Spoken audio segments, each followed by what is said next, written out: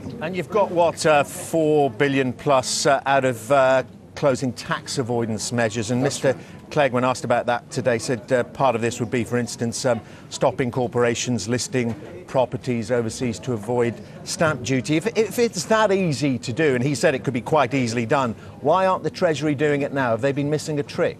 Well, partly because they chose not to deal with that particular problem, which has been well advertised. Why would they choose not to when they're strapped for cash? Well, I think one of the reasons is that in one of Gordon Brown's rather imprudent moods a couple of years ago, he slashed the staff of the Inland Revenue. It was, penny wise but pound foolish, and they didn't have the resources to deal with it.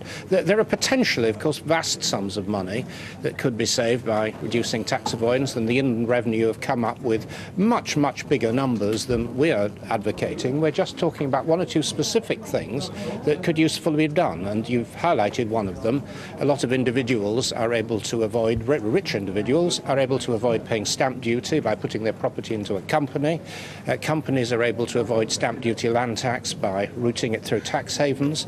There is a widespread practice in the city whereby some of the big banks, Barclays Capital for example, earn vast fee income by advising companies how to avoid paying UK tax, and what we suggest in future, those practices should be assumed to be illegal unless they've got prior clearance, and if they get prior clearance they've got to pay a full commercial rate for the advice they received from the Inland Revenue. So these are tangible proposals. So presumably, just listening to that, tax specialists at HM Customs and Revenue will be safe and secure in their jobs under the Lib Dems, but presumably there'd be big cuts elsewhere in terms of jobs in the public sector?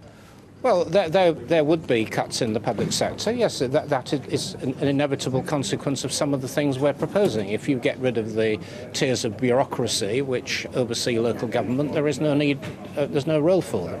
What we want to see, however, is employment increasing in the UK. That's why we've set aside part of our savings for job creation. But in the long run, the growth of employment's got to come from the private sector. And it's got to come from small, medium-sized companies.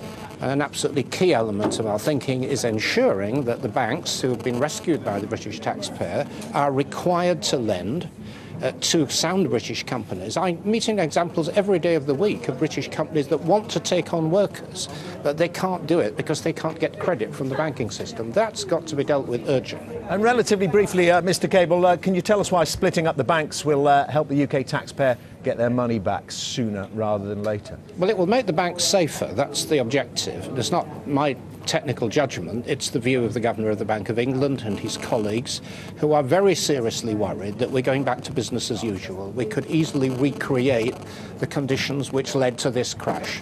And let's not forget that Britain, as a country, is much more dependent on the big international banks than other countries. Our banking system, when it's going fine, does earn a lot of revenue for the country. Okay. But it's also dangerous, and it needs to be dealt with.